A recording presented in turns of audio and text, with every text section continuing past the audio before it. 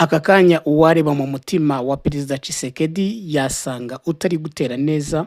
Impamvu ni iyihe? Ni icyemezo gikomeye uyu mugabo afatiwe, ni icyemezo kibi cyane. Umugambi we wose uhise upfuba, urapfuye, urarangiye. Byose tugiye kubigarukaho. Ninde umufatiye icyo cyemezo? Icyo cyemezo ni ikihe? Byose twabiteguye, twabikusanyije, tugiye kubigarukaho muri iyi nkuru yacu. Turagaruka ku yandi makuru akomeye ari kugenda avugwa. Turareba muri Uvira hari ibintu bihabaye. Turi buze kureba mu gihugu cya Uganda byadogereye abantu musengera igihugu cya Uganda, kuko ibintu bishobora kuza guhindura isura isegonda ku yindi. Hanyuma President Ndayishimiye we agize gutya aratungurana, aravuga ati nejo bundi nshobora gupfa. Ni amagambo atangaje yasubizaga abandi. Byose turaza kubireba, ariko wowe tukibana niba aribwo ukiza, reka ngubwire ngo kanda kuri subscribe tujye tubasha kwibanira mu makuru yacu tugenda tugutegurira. Iyi ni News Lab TV.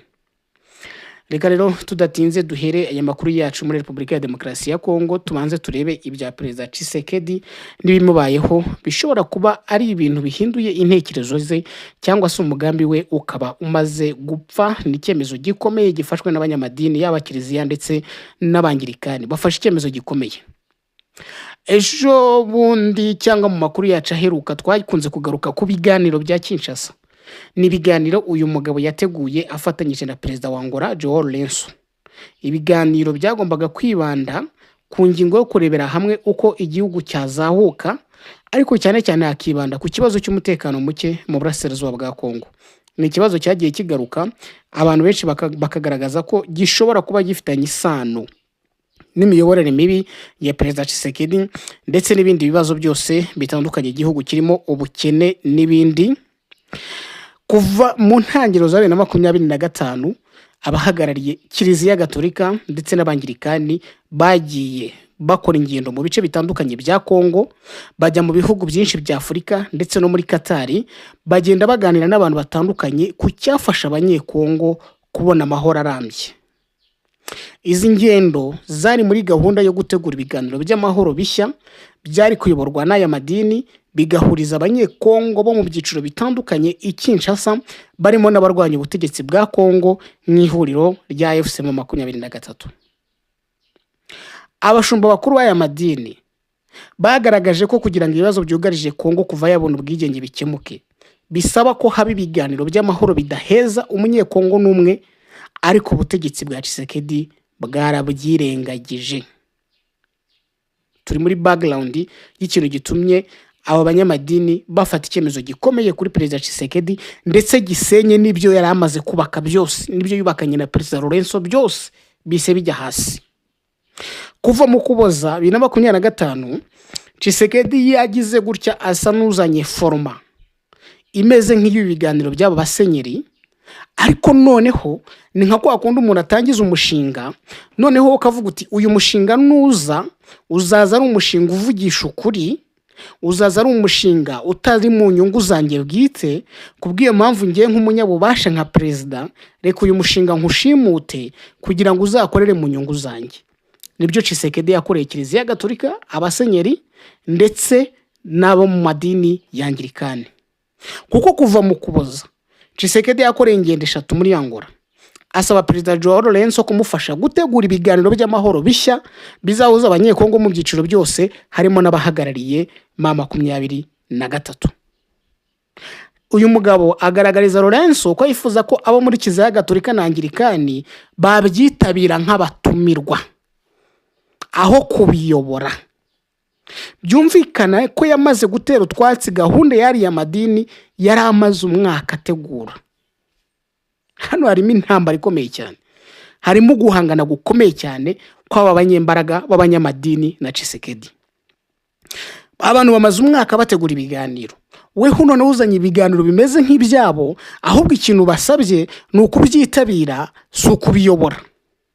Kubera ko wamaze kubona neza ko ikintu kizabaho, ibyo biganiro bishobora kuzaba inclusive, bishobora kuzitabirwa n'abatavuga rumwe n'ubutegetsi n'abandi bose, ndetse n'imyanzuro ivuyemo ikaba ari imyanzuro utazabasha kudictatinga, akaba ari imyanzuro utazabasha gutegeka yuko iza mu ruhande rwawe.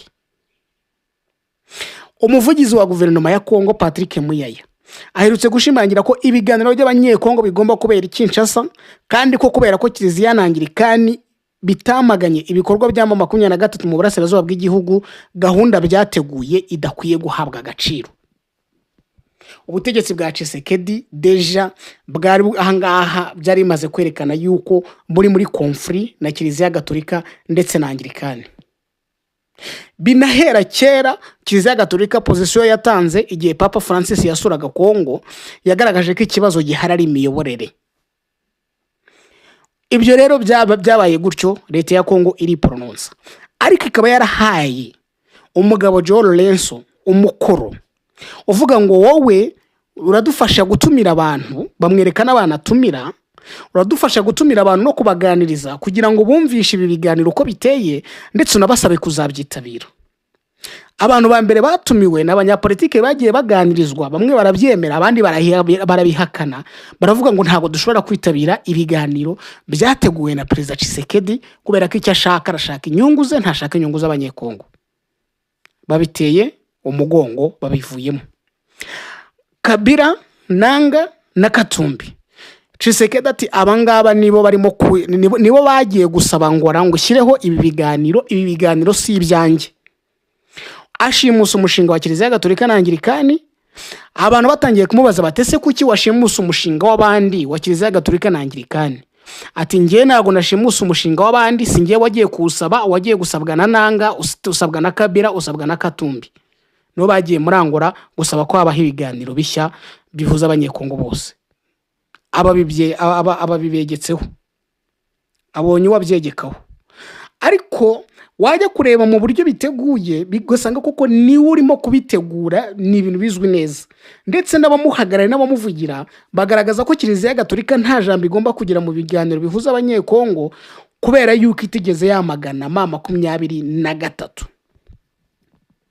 Muri kwa gutumira rero abantu batandukanye bikozwe na João Lourenço, hatumiwe bavuga ko Kabila yagiye muri Angola, ariko ngo yateye utwatsi ibi biganiro by'abanyekongo, avuga yuko bidakwiye kubaho ndetse atanabyitabira kubera ko ngari ibiganiro byateguwe n'ubutegetsi nyuma yo kubona ko ibindi byose nta kintu ubutegetsi buzakuramo. Ibyo biba bigiye ku ruhande. Hanyuma haba hatumiye abandi batavuga rumwe n'ubutegetsi bajyayo, ariko ku munsi w'ejo ku itariki 14 hari hatayiwe kujyayo Kiliziya Gatolika n'Abanglikani bagomba kujya muri Angola bagorana Perezida Lourenço bakaganira kuri ibi biganiro bakarebera hamwe uko bimeze. Bagezeyo rero amakuru yaturutse muri Angola, icyemezo Kiliziya Gatolika na Anglikani bafashe ni icyemezo gikuyeho burundu ibi biganiro, niyo byaba ntacyo bizageraho. Perezida Lourenço ejo kwa 14 yakiriye abayobozi abashumba bakuru bo muri Kiliziya Gatolika na Anglikani bo muri Kongo. Ibiro bye bikaba byatangaje ko baganire ku kibazo cy'umutekano muke mu burasirazuba bw'igihugu cya Kongo. Gusa ibyamenyekanye mu kiganiro cyahuje Lourenço n'abari abasenyeri nuko bamubwiye ko batazitabira ibiganiro bishya bya Kinshasa mu gihe Kiliziya Gatolika na Anglikani batazabiyobora.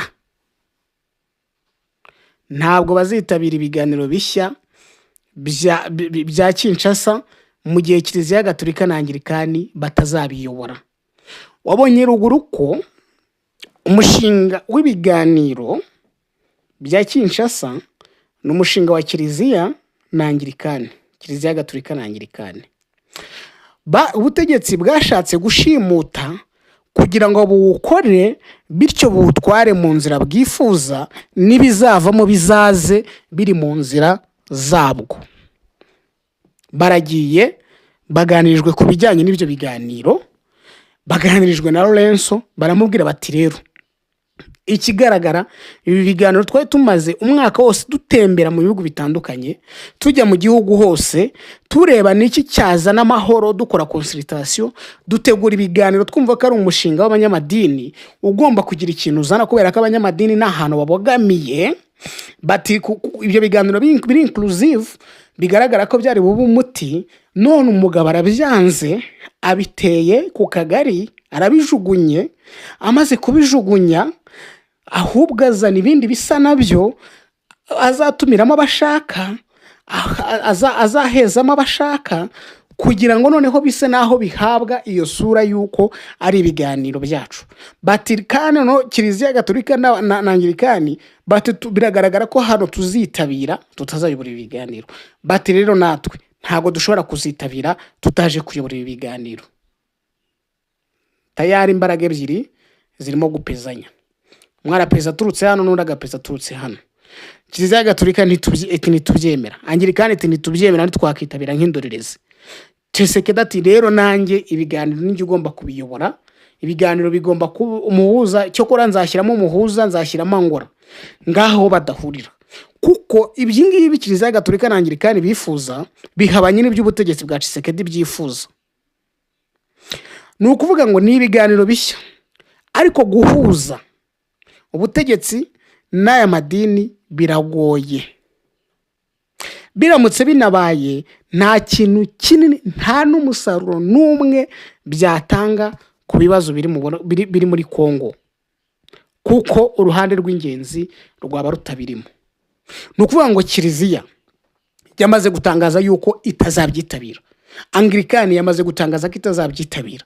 Mama 23 ejo bundi yasabye Lorenzi bisobanura ati twarabishimye yuko wadutumiye, ariko twege mu magambo make turacyashimangira cyangwa turifuza ibiganiro tuzi ni ibiganiro bya Doha. Mutubwire niba ibiganiro bya Kinshasa bizasimbura ibya Doha, cyangwa mutubwire niba ibiganiro bya Kinshasa hari uruhari bya Doha bizagiramo, cyangwa mutubwire niba mu by'ukuri namubwira bati reka tugukurire agahu kuri yanuza. Twebwe twamaze kubona yuko Tshisekedi yabonye ko hari ibiganiro birimo gutegurwa, ariko yamara kubona ko nta nyunga bifitemo, yamara kubona ko bitazajya mu ruhande rwe, ahita bivamo.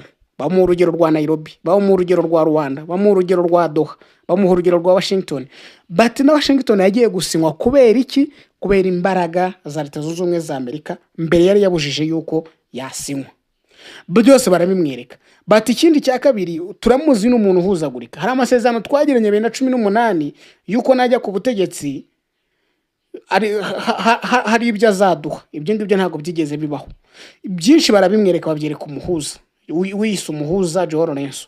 Bati rero twebwe banzu duhe ibisobanuro ku bijyanye n'ibi biganiro, aho bitandukana n'ibya Doha, uruhare bya Doha bizagiramo n'ibindi byose. Kugeza ubu nabisobanura Mama 23 irahabwa, nayo ntizitabira. Ejo bundi uwo muri Ramuka, ihuriro Ramuka ry'amashyaka ya politiki, yaravuze ati twebwe ibi biganiro niyo byaba cyangwa niyo byagenda bite ntituzabyitabira, mu gihe ku ruhande rwa rwa Katumbi bo bavuga bati ibi biganiro birahari, ariko twebwe ntago tubona inyungu, ahubwo n'ibiganiro byateguwe n'umuntu ku giti cye no mu nyungu ze bwite. Ntago tubona rero niba tuzabyitabira kuko nta kintu tubyitezemo. Nukurega uregera, bati nta kintu tubyitezemo. Ibiganiro bisa naho rero bikomeje kugenda binanirana. Ariko reka turebe noneho umuntu uzamo tugiye ku meza noneho sasa y'ubusesenguzi. Ku meza y'ubusesenguzi hari iki? Turebe kubera iki Kiliziya Gatolika na Anglikani byitandukanyije n'ibiganiro bya Kinshasa. Kuki bitandukanyije nabyo? Ubundi amadini ni inzego zifitiwe icyizere n'abaturage kurusha leta. Ni inzego zagize uruhare mu kunga abanyekongo mu bihe bikomeye, yaba mu matora, mu mpinduka za politike, mu bijyanye n'ubumwe n'ubwiyunge. Nukuvuga ko barera aya madini yitandukanyije n'ibi biganiro bya Tshisekedi, iki ni ikimenyetso cy'uko adafitiye icyizere uburyo Kinshasa ishaka kuyobora ibi biganiro. Nta cyizere bayifitiye. Twebonye yuko ari ibiganiro bimeze nk'ibiganiro bya Nairobi. Hari ibiganiro bya Nairobi bigeze kuba, ndabyibuka neza, Perezida Uhuru Kenyatta atumira abo mu mitwe yitwaje intwaro. Mama 23 ntiyayitumiye icyo gihe, abagiyeyo bose bari abantu bo muri za Wazalendo. Tshisekedi yafasha ajyana hariya, icyaje kubyerekana nuko hari uwinjiyemo baravuga ngo wowe ngo umunyamurenge, ngo uvuga ikinyarwanda, barabasohora. Abandi bari barimo bose barwaniye amafaranga y'amahoteli, barwaniye amafaranga ya Peridium, umva ibintu bihinduka akavuyo. Ibyo Kenyatta yari yizeye yuko ari buze kuganira n'abantu bagafata imyanzuro, nta na kimwe yigeze abona. Niyo mpamvu yahise aba disappointed, arangije agigomba kwihurana na 23, agiye guhura na 23, icyavuyemo Kongo yahise mutakariza icyizere, ivuga ko nta kintu na gito gishobora kuzabaho ku muntu wagiye kuganira n'umwanzi wabo. Ibiganiro bya Nairobi birangiriye aho ngaho. Leta rero nayo uyu munsi ishaka gutegura ibiganiro bimeze nk'ibyo ngibyo muri foruma nk'ibyo ngibyo byabaye Nairobi, kugira ngo ihume amaso amahanga abone ko hari ibiganiro koko birimo kugenda bibaho, hari processes y'amahoro irimo kugenda ishakwa. Bityo uko gukererwa cyangwa uko gusa no kuganya kubona igihe biri buze gutuma Doha ihagarara, kandi Doha iri mu murongo mwiza, ifite n'umuvuduko mwiza, bagomba gufata imyanzuro itabogamye. Hanyuma bitinza Doha, Tshisekedi arababonye umwanya wo gutinda ku butegetsi ndetse n'ibindi byose, hanyuma ategura imigambi ye yose yo kuzaguma ku butegetsi, yitwaje yuko amahoro ataragaruka, hakirimo inzira y'ibiganiro. Indi mpamvu rero aya madini atemera, Kiliziya Gatolika na Anglikani batemera ibi biganiro bya Kinshasa, babona ko leta ya Tshisekedi ni uruhande ruri mu kibazo. Uruhande ruri mu kibazo rutegura inama yo gushaka ibisubizo gute? Ahubwo nabo hakagombye kuza uruhande ruri netre, ayo madini agategura ibiganiro. Hari uruhande rwa Tshisekedi, hari uruhande rw'abatavuga rumwe muri politike, urwo batavuga rumwe mu ntambara, cyangwa n'abarwana ku ruhande rw'intambara, bakabashyira hamwe bose bakumva ibyifuzo byabo, bagashungura bakareba abantu bari buze guhurira. None wowe uri mu kibazo, uri party y'ikibazo, urajya no gushaka solution gute? Ntabwo bishoboka. None umuntu uri mu kibazo ari we nyiri ikibazo, ari we nyirabayazana, indwara ijya gushaka umuti gute?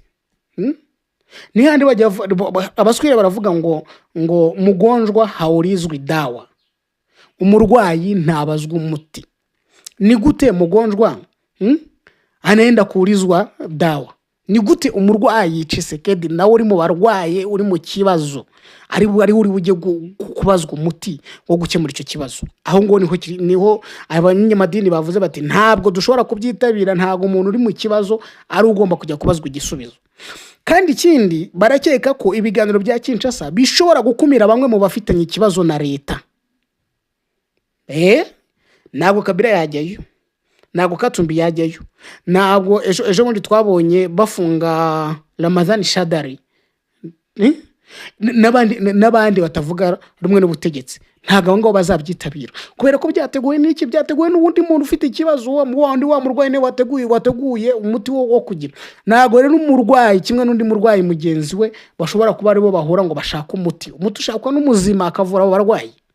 Niyo mpamvu rero bashobora kubona yuko leta ya Kinshasa mu gutegura ibiganiro izakumira bamwe mu batavuga rumwe n'ubutegetsi cyangwa mu badafitanye mu bafitanye ibibazo nayo, bityo usange bya biganiro bya inclusive ntabwo bibaye inclusive.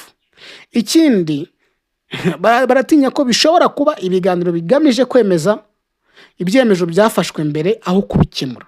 Hari ibyemezo byagiye bifatwa, ngo bari ibihano byagiye bishyirwaho, hari ibyemezo byagiye bifatwa, ati ibi biganiro n'ubundi bishobora kuba ibyo gushimangira ibyo byemezo aho kuba ibyo kubikemura. Ikintu abanyamadini bifuza ibiganiro bihuriza abanyekongo bose hamwe, ibiganiro bifite ubwigenge n'ubunyangamugayo, ibiganiro byayoborwa n'inzego zitarimo inyungu za politike. Nibyo bashaka. Ibiganiro byayoborwa n'abadafite inyungu za politike. Ariko ku ruhande rwa Tshisekedi nawe impamvu yagize gutya akavuga ati reka nshimutuye umushinga wa Kiliziya Gatolika na Anglikani, yari afite impungenge ahubwo agashaka ko nibura ibyo biganiro yego nibibeho, ariko bize kwitabirwa n'abanyekongo bagenzuwe bari mu ruhande rwa leta, bize kuba bitarimo imitwe ifitwe intwaro, imitwe ifite intwaro ifatwa nk'iyigometse ku butegetsi. Ni ku ruhande rwa Kiliziya bashaka ko ibiganiro bitagira uwo bisiga, buri wese aza kubera ko buri munyekongo wese arebwa n'ibibazo bihari kandi arebwa no gushaka igisubizo cy'ibyo bibazo. Ikindi Kiliziya ndetse n'Abangilikani bemera ko n'abitwaje intwaro bagira ijambo mu gushaka amahoro, cyane cyane binyuze mu guhagarika intambara kandi no bakagaragaza ibyo bifuza. Iyo myumvire rero ihabanye cyangwa batumva kimwe, umwe afite ibyo yifuza. Tshisekedi arimo arifuza ko ibiganiro byitabirwa n'abanyekongo bagenzuwe cyangwa se nibibemo imitwe ifite intwaro, kubera ko nka 23 Tshisekedi ayifata nk'umutwe w'iterabwoba, ntabwo yakwifuza kwicarana nayo. Ibyo ngibyo rero bigahura nuko Kiliziya nayo ishaka ko ibiganiro bitagira uwo birobanura, kandi n'abitwaje intwaro bakaza kugira ngo bagire uruhare muri ibyo biganiro. Iyo myumvire rero ihabanye yo kudahuza ibiganiro bya Kinshasa, urebye mu by'ukuri birasa n'ibidafite umutima, bityo amahoro azarushaho kugorana. Niba ibiganiro bibaye bitayobowe na Kiliziya, bitarimo impande zose, nta mpinduka ifatika bizagira, kuko imitwe ikomeye mu burasirazuba ntizabyitabira, abaturage ntibazabyizera. Bizaba ibiganiro bya politike aho kuba ibiganiro by'amahoro. Izaba ibiganiro bya politike aho kuba ibiganiro by'amahoro. Kuba rero abo ngaba kuvuga ngo Kiliziya Gatolika ngo n'Angilikani ntibazitabira ibiganiro batabiyoboye, ni ikimenyetso gikomeye cy'uko ikibazo cya Kongo kigeze ku rwego rwo hejuru rwo kutizerana. Kuko kutizerana nako kwatumye n'ubu ngubu hakirimo gushakwa uburyo hakubakwa trust hagati ya 23 na leta ya Kongo kugira ngo nibura basore mu biganiro i Doha. Ni ukuvuga ngo ni ikigaragaza ko amafaranga, intwaro n'ingabo ntabwo bihagije, nta biganiro byizewe, nta mahoro arambye Kongo izigera igera. Reka dusoreze ngo ariko tujye muri Uvira ari inkuru yuko ingabo za Repubulika ya Demokarasi ya Kongo FARDC ejo kuwa gatatu zagabye igitero gikomeye cya drone ku cyambu cya Karundu girereye muri teritwari ya Uvira mu ntara Kivu y'Amajyepfo.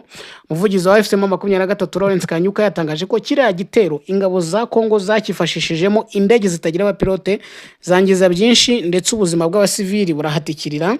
Amafoto yashyizwe ku rubuga rwa X yagaragaza inzu nini yangijwe bikomeye n'ibisasu byarashwe n'izi drone. Ati mu gihe hari kuba ibi bikorwa bikomeye, 23 irasaba bene gihugu n'umuryango mpuzamahanga kuba umutangabuhamya ku bikorwa bya leta Kinshasa byirengagiza ibyo yiyemeje, cyane cyane amahame ya Doha, cyane cyane aha yavugaga Kagahenge.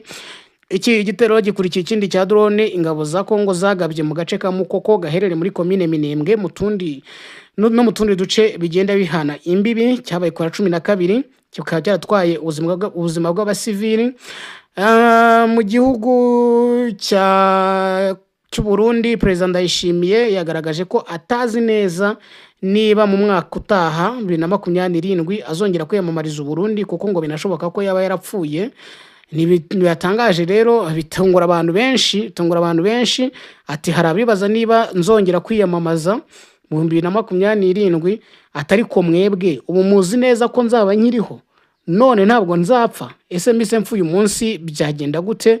Ni amagambo yatangaje mu gihe umwuka utari mwiza hagati ye n'uwitwa Reverend Kuriyo ashaka kuba umuyobozi wa CNDD-FDD, akareka kuba umunyamabanga mukuru, kuko ari naramuka abaye umuyobozi azaba afite n'ububasha cyangwa n'ubushobozi bwo kuba yakiyamamariza kuyobora igihugu.